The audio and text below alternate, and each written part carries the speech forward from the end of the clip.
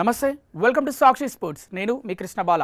2026 FIFA ప్రపంచ కప్కు అంతా సిద్ధమైంది. ఈ టోర్నీ జూన్ 11న అధికారికంగా ప్రారంభమవుతుంది. అమెరికా, కెనడా, మెక్సికో దేశాలు సంయుక్తంగా దీనికి ఆతిథ్యం ఇస్తున్నాయి. ఈ ప్రపంచ కప్లో మొత్తం 48 జట్లు పాల్గొంటున్నాయి. ఫీఫా ప్రపంచ కప్ క్రీడా ప్రపంచంలోనే అతిపెద్ద ఈవెంట్. దీని నిర్వహణ బాధ్యతల్ని ఫీఫా సంస్థ చూస్తోంది.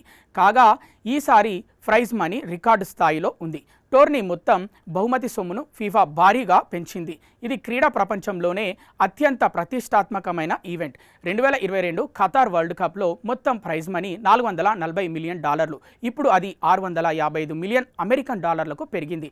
భారత కరెన్సీలో ఇది సుమారు 6,240 కోట్లు. విజేతగా నిలిచే జట్టు ఈసారి భారీ మొత్తాన్ని అందుకుంటుంది.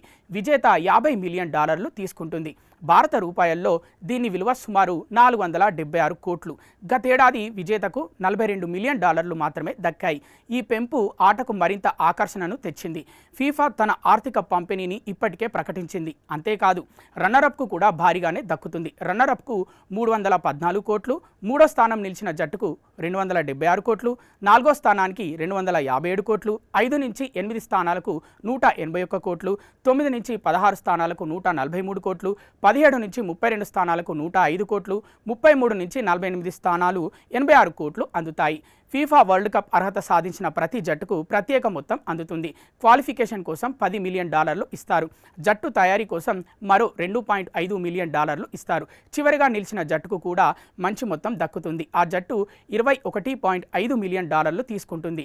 ఇది ఫీఫా మొత్తం ఆర్థిక పంపిణీలో కీలక భాగం. మొత్తం 48 జట్ల మధ్య $871 మిలియన్ పంచుతారు.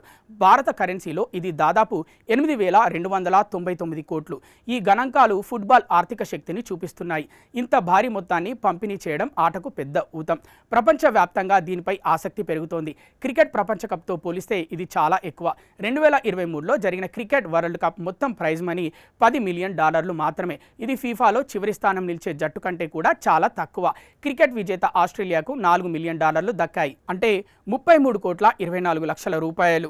ఇక రన్నరప్కి ఇచ్చే మొత్తం $2 మిలియన్, అంటే 16 కోట్ల 64 లక్షల రూపాయలు అన్నమాట.